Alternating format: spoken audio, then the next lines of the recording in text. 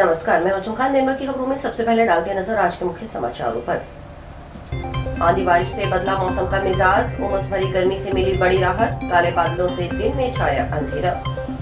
Monsoon पूर्व बारिश में डूबी जंक्शन की नई अनाज मंडी, बीघा लाखों क्विंटल गेहूं, व्यवस्थाओं पर उठे सवाल। डीजल बिक्री नियमों में राहत और डीजल माफिया पर कार्रवाई की मांग, 22 जून को जिले के पेट्रोल पंप बंद रखने की चेतावनी। आंधी तूफानों ने बिजली व्यवस्था की कमर तोड़ी, 1.5 माह में 4500 पोल और 600 ट्रांसफार्मर क्षतिग्रस्त। विद्युत निगम की टीमें दिन रात जुटी। अब खबरें विस्तार से। उमस भरी गर्मी से परेशान जिले वासियों के लिए सोमवार राहत भरा साबित हुआ। सुबह अचानक मौसम ने करवट ली और आसमान पर काले बादलों का डेरा छा गया। देखते ही देखते दिन में अंधेरे जैसा माहौल बन गया। इसके बाद धूल भरी आंधी के साथ शुरू हुई बारिश ने मौसम की पूरी तरह बदल दिया।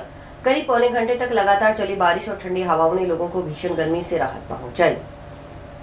इसके बाद भी दिन में रुक रुक कर बारिश का दौर जारी रहा। आसमान में बादल छाए रहने से धूप नहीं निकली। जिले के विभिन्न क्षेत्रों में कहीं हल्की तो कहीं मध्यम दर्जे की बारिश दर्ज की गई। हनुमानगढ़ तहसील क्षेत्र के गांव पक्कासारना के अलावा भादरा क्षेत्र के गांव में बारिश के साथ ओले गिरने की भी सूचना मिली है। बारिश के बाद तापमान में उल्लेखनीय गिरावट दर्ज की गई, जिससे मौसम सुहावना हो गया और लोगों ने राहत की सांस ली। सोमवार सुबह लोगों की नींद हल्की बारिश के साथ ही खुली। इसके बाद करीब पौने 11 बजे धूल भरी आंधी के साथ तेज बारिश का दौर शुरू हुआ। बारिश के चलते जंक्शन और टाउन क्षेत्र की कई सड़कों पर पानी भर गया। टाउन स्थित रेलवे ओवरब्रिज के पास जल भराव होने से वाहन चालकों और पैदल राहगीरों को काफी परेशानी का सामना करना पड़ा। टाउन में फतेहगढ़ मोड़ से लेकर भारत माता चौक तक बरसाती पानी से सड़कें लबालब हो गईं। पानी निकासी की व्यवस्था ठप होने से जाम की स्थिति पैदा हो गई। तेज हवाओं के कारण कुछ समय के लिए बिजली आपूर्ति भी बाधित रही। हालांकि बारिश और आंधी का असर राजस्थान में प्री मानसून गतिविधियां तेजी पकड़ रही हैं। इसके प्रभाव से प्रदेश के कई जिलों में आंधी और बारिश का दौर जारी है। सोमवार को हनुमानगढ़ सहित 15 जिलों के लिए येलो अलर्ट जारी किया गया था। विभाग का अनुमान है कि अगले 2-3 दिनों तक जिले में मौसम का यही मिजाज बना रह सकता है। वहीं राजस्थान में 24 से 25 जून के आसपास मानसून के प्रवेश की संभावना जताई गई है, जबकि 17 जून तक प्रदेश के विभिन्न हिस्सों में आंधी और बारिश का सिलसिला जारी रहने के आसार हैं। तो क्या बोलते हैं, वो मानसून तो आया नहीं, उससे पहले इतना बुरा हाल है, गोटे गोटे पानी खड़ा है।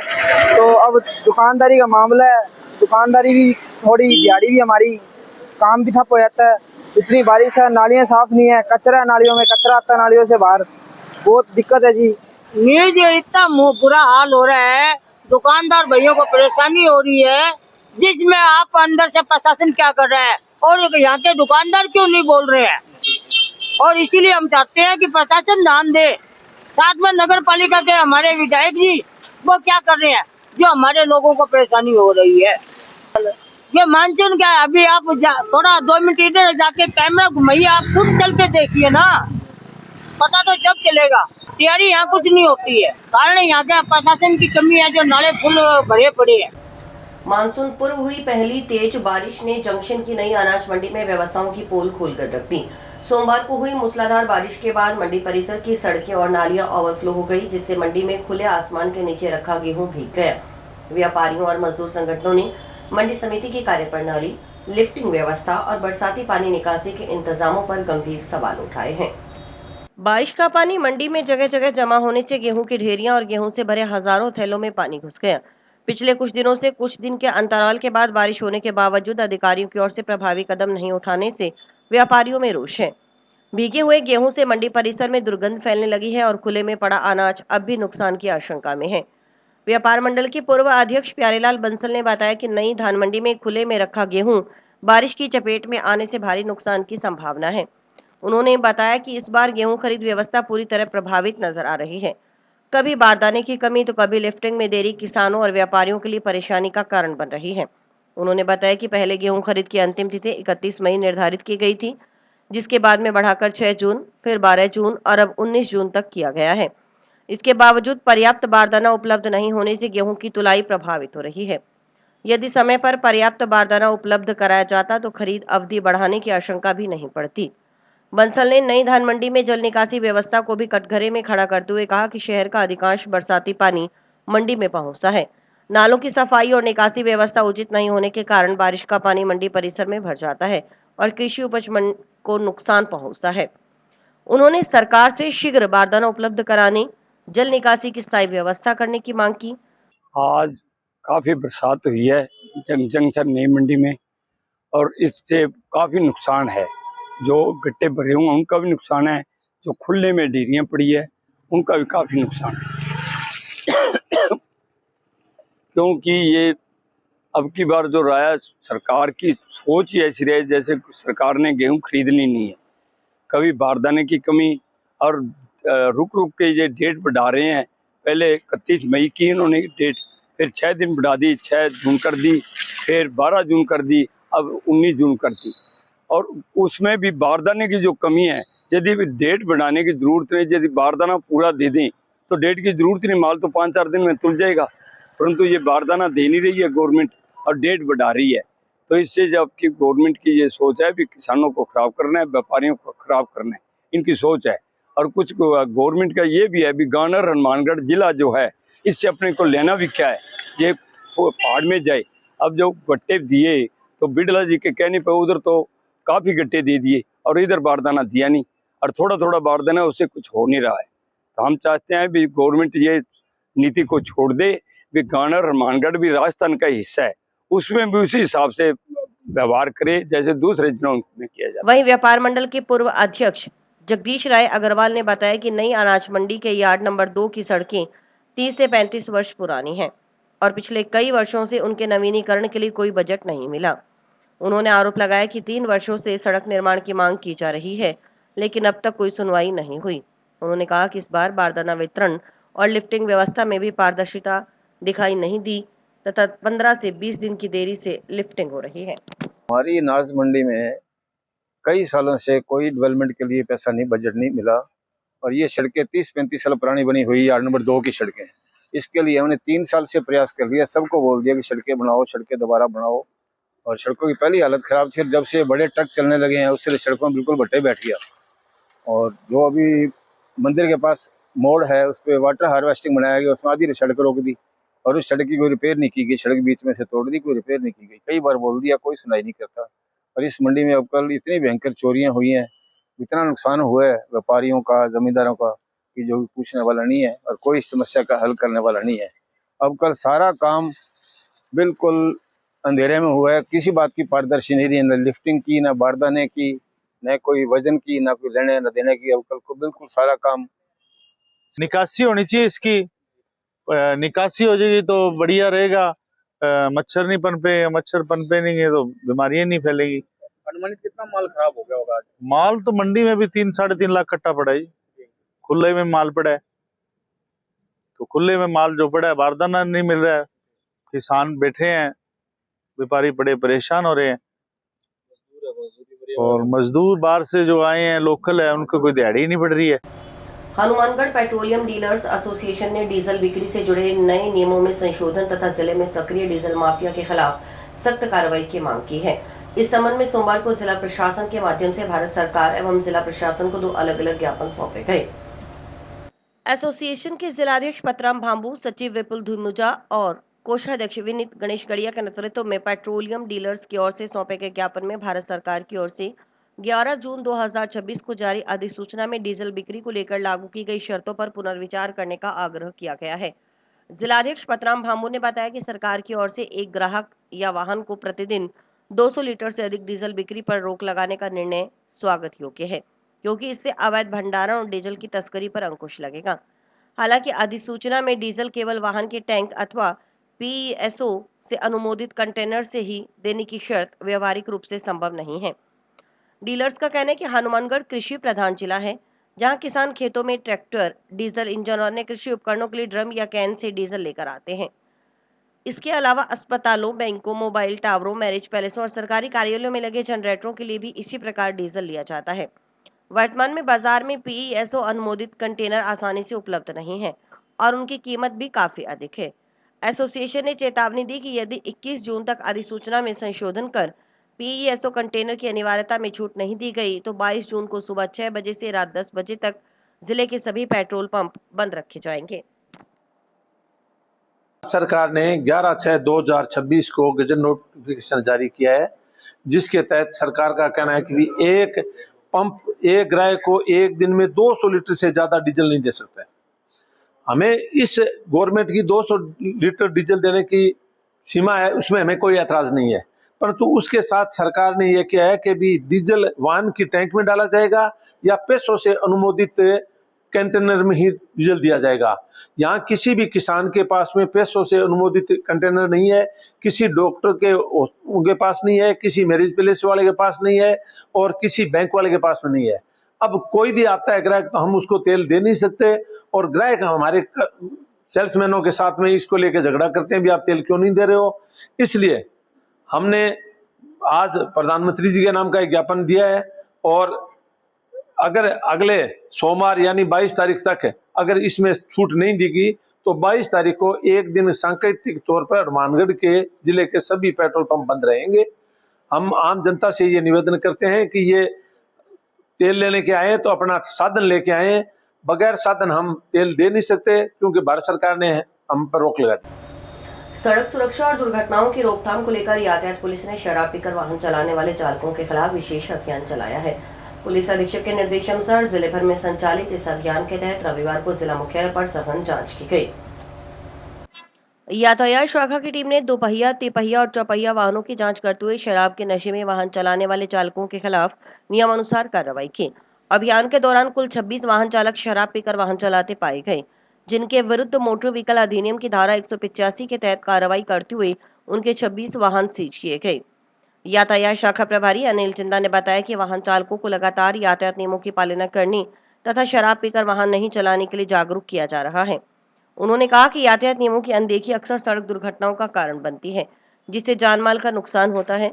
उन्होंने आमजन से अपील की कि अपनी और दूसरों की सुरक्षा को ध्यान में रखते हुए यातायात नियमों का पालन करें तथा किसी भी स्थिति में शराब के सेवन के बाद वाहन नहीं चलाएं। पुलिस का यह अभियान आगे भी जारी रहेगा। सड़क सुरक्षा जीवन रक्षा को मद्देनजर रखते हुए श्रीमान जिला पुलिस अधीक्षक महोदय के निर्देशानुसार पूरे जिले में अभियान चल रहा है ड्रिंकिंग एंड ड्राइविंग के लिए। इसी कड़ी में यातायात पुलिस द्वारा अभियान के तहत कल जो है 26 वाहनों के विरुद्ध मोटर व्हीकल नियम 185 के तहत कार्रवाई की गई है, जिनके वाहनों को खड़ा कराया गया, जिनमें चौपहिया वाहन भी है, तिपहिया वाहन भी है, दुपहिया वाहन भी है। और टोटल अब तक जो कार्रवाई की गई है जनवरी से लेकर आज तक वो 253 के विरुद्ध कार्रवाई की गई है जो शराब पीकर वाहन चला रहे थे। ट्रैफिक पुलिस की तरफ से ये लगातार अभियान जारी रहेगा और बार बार यही कहा जा रहा है कि ट्रैफिक नियमों की पालना करें, शराब पीकर वाहन नहीं चलाएं। जो दुर्घटना का कारण बनती है, दुर्घटना इन्हीं कारण से होता है, ध्यान भटक जाता है। अल्कोहल जब धीरे धीरे दिमाग में चढ़ता है तो वाहन चालक को पता नहीं चलता है कि वो कौन सी दिशा में चल रहा है और जिसका कोई कसूर नहीं होता और उसमें चला जाता है कई बार वाहन। और एक एक्सीडेंट जो दुर्घटना का एक दस्तूर है, एक जान लेता है दूसरा देता है। ऐसा नहीं करें, ट्रैफिक नियम को अपनाएं सख्ती से, शराब पीकर वाहन नहीं चलाएं और ट्रैफिक नियमों की पालना करते हैं। आप भी सुरक्षित रहे, अपने परिवार को भी सुरक्षित। इस वर्ष आंधी तूफानों ने जिले की विद्युत व्यवस्था को भारी नुकसान पहुंचाया है। अप्रैल से लगातार सक्रिय प्री मानसून गतिविधियों के चलते बिजली निगम को करोड़ों रुपयों का नुकसान हुआ है। पिछले 1.5 माह में आए कई तूफानों के कारण जिले भर में करीब 4500 विद्युत पोल टूट चुके हैं, जबकि 600 से अधिक ट्रांसफार्मर गिरकर क्षतिग्रस्त हो गए। इसके अलावा 72 किलोमीटर कंडक्टर और लगभग 150 किलोमीटर एबी केबल भी खराब हो चुकी है। विद्युत विभाग के अनुसार आंधी तूफानों का सिलसिला अप्रैल माह से शुरू हो गया। 1 अप्रैल से 7 मई के बीच आए तूफानों में करीब 1000 बिजली पोल टूट गए, जबकि लाइटिंग की वजह से 2 पावर ट्रांसफार्मर जल गए। इसके साथ ही कृषि कनेक्शनों की 123 डीपीआं गिर गई, जिससे 222 फीडर प्रभावित हुए और करीब 21 किलोमीटर कंडक्टर क्षतिग्रस्त हो गए। विभागीय टीमों और ठेकेदारों ने युद्ध स्तर पर काम करते हुए अधिकांश क्षेत्रों में बिजली आपूर्ति बहाल कर दी थी। इसके बाद 30 मई को आए भीषण तूफान ने फिर से बिजली नेटवर्क को झकझोर दिया। इस दौरान 33 केवी लाइनों के 21 पोल, 11 केवी लाइनों के करीब 1200 पोल टूट गए। वहीं कृषि कनेक्शनों की 166 डीपीआं गिर गई और लगभग 5 किलोमीटर कंडक्टर क्षतिग्रस्त हो गया। विभाग ने एफआरटी और ठेकेदारों के सहयोग से अधिकांश क्षेत्रों में आपूर्ति बहाल कर दी थी, लेकिन इसके बाद 4 जून, 6 जून, 9 जून, 11 और 12 जून को आए लगातार तूफानों ने फिर से बिजली व्यवस्था को प्रभावित कर दिया। विभागीय टीमों ने दिन रात मेहनत कर रेलवे श्रेणी, अस्पतालों, पेयजल परियोजना और अन्य आवश्यक सेवाओं की बिजली आपूर्ति को प्राथमिकता के आधार पर चालू रखा। इसके बावजूद कई दूरस्थ ढाणी और कृषि क्षेत्रों में अभी भी बिजली बहाली का कार्य जारी है। स्थिति और चुनौतीपूर्ण तब हो गई जब 15 जून सोमवार को एक बार फिर तेज आंधी तूफान ने दस्तक दी थी। प्रारंभिक जानकारी के अनुसार इस तूफान में भी 4 से 5 ट्रांसफार्मर गिरने और कई पोल क्षतिग्रस्त होने की सूचना मिली है। जोधपुर विद्युत वितरण निगम लिमिटेड के अधीक्षण अभियंता रिचपाल सिंह चारण ने बताया कि विभाग की टीमें लगातार फील्ड में कार्य कर रही हैं। वर्तमान में करीब 25 से 30 डीपीआं अभी भी गिरी हुई हैं, जिनका रिस्टोरेशन कार्य युद्ध स्तर पर जारी है। उन्होंने उम्मीद जताई कि अगले 3 दिनों में शेष प्रभावित क्षेत्रों में भी बिजली आपूर्ति बहाल कर दी जाएगी। उन्होंने उपभोक्ताओं से भी सहयोग और धैर्य बनाए रखने की अपील करते हुए कहा कि लगातार आ रहे तूफानों के कारण विभाग को अभूतपूर्व नुकसान हुआ है, लेकिन सभी कर्मचारियों और तकनीकी टीमों की मदद से जल्द विद्युत व्यवस्था को पूरी तरह सामान्य करने के प्रयास किए जा रहे हैं। हर वर्ष की भांति इस वर्ष भी जो है आंधी तूफान की जो शुरुआत है, अब की बार अप्रैल माह में शुरुआत हो गई। तो अप्रैल माह के अंदर हमारे करीब अप्रैल माह में जो आंधी तूफान आया था 1-4 से लेकर और 7-5 तक, उसमें करीब हमारे 1000 पोल टूट गए थे और उसमें 2 पावर ट्रांसफार्मर लाइटनिंग की वजह से जल गए थे और करीब 123 ट्रांसफार्मर जो डीपीआं हैं एग्रीकल्चर की वो नीचे गिर गई थी और इससे करीब 222 मीटर इफेक्ट हुए थे और इसमें करीब 21 किलोमीटर कंडक्टर डैमेज हो गया था, जिसका रिस्टोरेशन विभागीय टीम ठेकेदारों द्वारा बहुत जल्दी कर दिया गया था। हालांकि इनमें जो एग्रीकल्चर की ट्यूबवेल हैं उनमें थोड़ा टाइम लगा था, लेकिन जो डोमेस्टिक है, जो हॉस्पिटल वगैरह है या जो पीएचडी की सप्लाई है, इस सप्लाई का रिस्टोरेशन हमने बहुत टाइमली टीम ने लग कर दिया था। इसके उपरांत 30/5 से आज दिनांक तक तूफान जो आ रहा है और ये कंटिन्यूसली चल रहा है और इस बार जो विभाग को काफी नुकसान हुआ है। 30/5 के बाद में जो अभी तक जो है ना, 30/5 को तूफान आया था उसमें हमारे 33 केवी लाइन जो बड़ी लाइन है उसके 21 पोल टूट गए थे। इसके अलावा 11 केवी एलटी लाइनों के करीब 1200 पोल टूट गए थे और उसमें 167 डीपीआं जो एग्रीकल्चर के कनेक्शन है वो डीपीआं गिर गई थी और करीब 5 किलोमीटर के करीब कंडक्टर का नुकसान हो गया था। उसको भी हमने विभागीय टीम कॉन्ट्रैक्टर की टीमों से और एफआरटी के सहयोग से लेके और उस टीम का रिस्टोरेशन लगभग कंप्लीट होने जा ही रहा था। उसके उपरांत अलग अलग टाइम इंटरवल में 4 तारीख को तूफान फिर आ गया, फिर 6 को फिर आ गया, फिर 9 को हुआ और फिर 11 को फिर आ गया तूफान, फिर 12 तारीख को तूफान आ गया। इस तरह से ये तूफान का जो दौर है ये कंटिन्यूस चला है, जिसकी वजह से थोड़ा सप्लाई में डिस्टर्बेंस रहा है, लेकिन विभागीय टीमों ने इसमें अपना पूरा योगदान देके और रात दिन एकजुट होके और कार्य करके इसमें हमने जो घरेलू श्रेणी के कनेक्शन है या दूसरे जो आपातकालीन समाचार अभी और भी हैं, देखते रहिए स्काई चैनल। आपके अपने शहर हनुमानगढ़ में नगर परिषद ले आई है सस्ते प्लाट, वो भी ई नीलामी पर, जिसकी नीलामी होने जा रही है। 12 से 14 जून तक बोलीदाता एलएसजी ई नीलामी पर भाग ले सकते हैं। उक्त नीलामी में वाणिज्यिक योजना नजदीक बीजेपी भवन एवं शिव मंदिर सिनेमा, गणेश विहार तृतीय, Hanumangarh junction shopping centre, block C mini सचिवालय, हनुमानगढ़ जंक्शन आवासीय योजना, नजदीक शिव मंदिर सिनेमा, आईडीएस एमटी योजना, हनुमानगढ़ जंक्शन वाणिज्यिक योजना, ब्लॉक बी ट्रांसपोर्ट नगर, आईडीएस एमटी योजना, हनुमानगढ़ जंक्शन वाणिज्यिक योजना, सामुदायिक केंद्र के सामने सेक्टर नंबर 6, हनुमानगढ़ जंक्शन आवासीय योजना, नजदीक Tilak circle, canal colony, Hanumangarh junction आवासीय योजना, सेक्टर नंबर 8, मिनी सचिवालय, जिला कलेक्टर एम ग्रेफ के पीछे, हनुमानगढ़ जंक्शन आवासीय योजना, block C, multipurpose, model town scheme, नजदीक मेडिकल महाविद्यालय, हनुमानगढ़ जंक्शन वाणिज्यिक योजना, रेलवे लाइन एवं हाउसिंग बोर्ड के मध्य, हनुमानगढ़ जंक्शन वाणिज्यिक योजना, timber and fuel depot, sector 8, Hanumangarh junction आवासीय योजना, सेक्टर नंबर 6, नगर परिषद एरिया, हनुमानगढ़ जंक्शन वाणिज्यिक योजना, चक नंबर 2, NWN मेडिकल कॉलेज के नजदीक बाईपास रोड, गणेश विहार, हनुमानगढ़ जंक्शन वाणिज्यिक योजना, धान मंडी के उत्तर में बिस्सा मार्केट, हनुमानगढ़ जंक्शन संशोधित आवासीय योजना, मल्टीपर्पज डीटीओ कार्यालय के पास, हनुमानगढ़ जंक्शन आवासीय योजना, ब्लॉक बी आईडीएस एमटी योजना, बाईपास रोड, हनुमानगढ़ जंक्शन आवासीय योजना, सेक्टर नंबर 9/2, हनुमानगढ़ जंक्शन आवासीय योजना, block D multipurpose model town scheme, नजदीक मेडिकल महाविद्यालय, आवासीय योजना, अतिरिक्त भूमि, block D multipurpose model town scheme, नजदीक मेडिकल महाविद्यालय, हनुमानगढ़ जंक्शन वाणिज्यिक योजना, नजदीक वाटर वर्कर्स, गणेश विहार द्वितीय, बाईपास रोड, हनुमानगढ़ जंक्शन आवासीय योजना, सन सिटी, हनुमानगढ़ टाउन वाणिज्यिक योजना, ट्रांसपोर्ट नगर एम ग्रेव के पास, बाईपास रोड, हनुमानगढ़ जंक्शन भूखंड शामिल है। आज मैं आपको कुछ टेस्टी खिलाने वाली हूँ। ये है व्हाई नॉट कैफे की स्पेशल टिक्की। आहा, क्या खुशबू है। देसी घी से बनी एकदम क्रंची टिक्की। आपको भी टिक्की खानी है? आ जाओ व्हाई नॉट कैफे पर।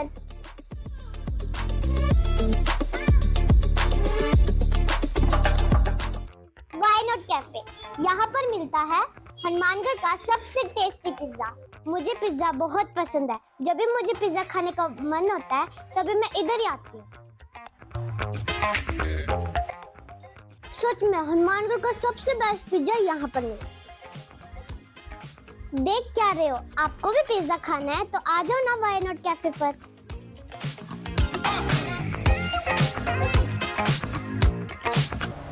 जोधपुर जिले के भूंगरा गैस त्रासदी पीड़ित परिवार को मुआवजा राशि लौटाकर हनुमानगढ़ जिले के माणक टिब्बी गांव के एक युवक और उसके परिवार ने ईमानदारी की अनूठी मिसाल पेश की है। सोमवार को पीड़ित महिला को 16 लाख रुपए का चेक सौंपा गया, जो उसके खाते में जमा कराया जाएगा। श्री ओम बन्ना टाइगर फोर्स के संस्थापक माधु सिंह ने बताया कि 8 दिसंबर 2022 को जोधपुर जिले के शेरगढ़ उपखंड के भूंगरा गांव में राजस्थान की सबसे बड़ी गैस त्रासदियों में से एक घटना हुई थी। इस हादसे में एक पीड़ित महिला की 2 नाबालिग बेटियों की मौत हो गई थी, जबकि इससे पहले कोरोना काल में उसके पति का भी निधन हो चुका था। उन्होंने बताया कि गैस त्रासदी के बाद सरकार की ओर से दी गई 18,16,000 रुपए की मुआवजा राशि जन आधार संख्या में हुई त्रुटि के कारण हनुमानगढ़ जिले के माणक टिब्बी गांव निवासी दिनेश चौधरी के बैंक खाता में पहुंच गई थी। पीड़ित परिवार को जब लंबे समय तक मुआवजा नहीं मिला तो स्थानीय लोगों और श्री ओम बन्ना टाइगर फोर्स ने इस मामले को उठाया। इसके लिए जनप्रतिनिधियों, प्रशासनिक अधिकारियों और मंत्रियों तक लगातार गुहार लगाई गई, धरना प्रदर्शन भी की गए। माधु सिंह ने बताया कि लगातार प्रयासों के बाद माणक टिब्बी गांव टीम पहुंची, जहां जानकारी मिली कि दिनेश द्वारा प्राप्त राशि में से 2,16,000 रुपए धार्मिक स्थल के निर्माण कार्य में खर्च कर दिए गए थे। इसके बाद गांव के चौधरी परिवार और समाज के वरिष्ठ लोगों की मध्यस्थता से शेष 16 लाख रुपए की राशि पीड़ित महिला को चेक के माध्यम से सौंप दी गई। उन्होंने कहा कि वर्तमान समय में लोग छोटी छोटी रकम लौटाने से भी कतराते हैं, लेकिन दिनेश और उसके परिवार ने ईमानदारी का परिचय देते हुए एक बड़ा उदाहरण प्रस्तुत किया। यह कदम न केवल मानवीय संवेदनाओं का प्रतीक है, बल्कि समाज में नैतिक मूल्यों को भी मजबूत करने वाला है। माधु सिंह ने चौधरी परिवार और माणक टिब्बी गांव के वरिष्ठ जनों की सराहना करते हुए कहा कि उनके कार्य ने मानवता, सामाजिक जिम्मेदारी और ईमानदारी की एक प्रेरणादायक मिसाल कायम की और समाज का गौरव बढ़ाया है। प्रोग्राम क्या दिनांक 21/7/2023 को जोधपुर के शेरगढ़ में भूंगरा गैस त्रासदी, जो राजस्थान की सबसे बड़ी गैस त्रासदी हुई थी, वहां पर भूंगरा गांव के एक पीड़ित परिवार, जिस उस महिला का हस्बैंड कोरोना काल में चला गया और 2 बेटियां सगी बहनें हैं जो 13-14 साल की, वो 2 गैस त्रासदी में दोनों खत्म हो गई। अब दुर्भाग्य देखिए कि राम रूठता है फिर राज भी रूठ जाता है। तो राज कैसे रूठा था कि उनके 18 लाख और 16,000 रुपए सरकार के प्रशासन के अधिकारियों की गलती की बदौलत, ये इसमें जन आधार के संख्या गलत लगने की बदौलत, ये हनुमानगढ़ जिले के माणक टिब्बी गांव के टिब्बी में चौधरी परिवार के आदरणीय दिनेश जी के खाते में आ गई। और अब देखिए, आज किसी के खाते में 500 रुपए आ जाते हैं तो लोग नहीं दे पाते हैं, अपने उधार दिए हुए पैसे नहीं दे पाते हैं। मैं हनुमानगढ़ के उन चौधरियों को सल्यूट करता हूं। गांव के वरिष्ठ बुजुर्ग कहे या वहां के वरिष्ठ न्यायप्रिय हैं, आदरणीय पूनिया साहब हमारे साथ हैं। मैं सर्वप्रथम इनके वहां गया था और जिनके खाते में पैसे गए, भाई दिनेश, जो एक 18-20 साल का युवा, जिन्होंने ईमानदारी का परिचय दिया। इनके पिताजी भी संसार में नहीं है और वो पैसे इनके खाते में आने के बाद हमने लगभग 6 महीने के बाद इनके पास पहुंचे। हम लेट पहुंचे थे इनके पास, उसके बावजूद भी देखो, जब 18 लाख पैसे होते हैं, परिवार खर्च कर देता है, किसी के पर्सनल आए नहीं है, गवर्नमेंट के खाते से आए हैं, तो देने का कोई हक भी नहीं बनता। गवर्नमेंट के आए हैं, इनको तो गवर्नमेंट पूछेगी। और पीड़ित परिवार ने और वहां के लोगों ने एमएलए से लेके कलेक्टर पे हमने जोधपुर घेराव किया, धरना दिया, मांग की थी, अपील की थी ओमना टाइगर फोर्स टीम ने। फिर हम मंत्रियों के पास जयपुर चक्कर काटे थे और वहां के स्थानीय साथी हैं काफी, उन लोगों ने भी प्रयास किया था। लेकिन फिर ओमना टाइगर फोर्स ने निरंतर प्रयास जारी रखा और हमारी यहाँ की स्थानीय टीम है, मीडिया साथी हैं, हम सब मिलकर माणक टीबी गांव गए। कहते हैं कि इंसान या इंसानियत के नाते जो व्यक्ति होता है, क्योंकि हमने जो जीवन में काम किया, हमें कोई डर नहीं, अकेले घूमते, तो हमने गए, इंसानियत के नाते बात की, प्रयास किए, 2-3 प्रयास किए। उसके बाद में सफल प्रयास ये हुआ कि आज एक युवा घर में कमाने वाला, विधवा माँ घर में एक लड़का 18 लाख वापस लौटाना असंभव है। फिर उन्होंने और इसी के साथ समाचार समाप्त हुए। रोजाना देखते रहिए समाचार। नमस्कार।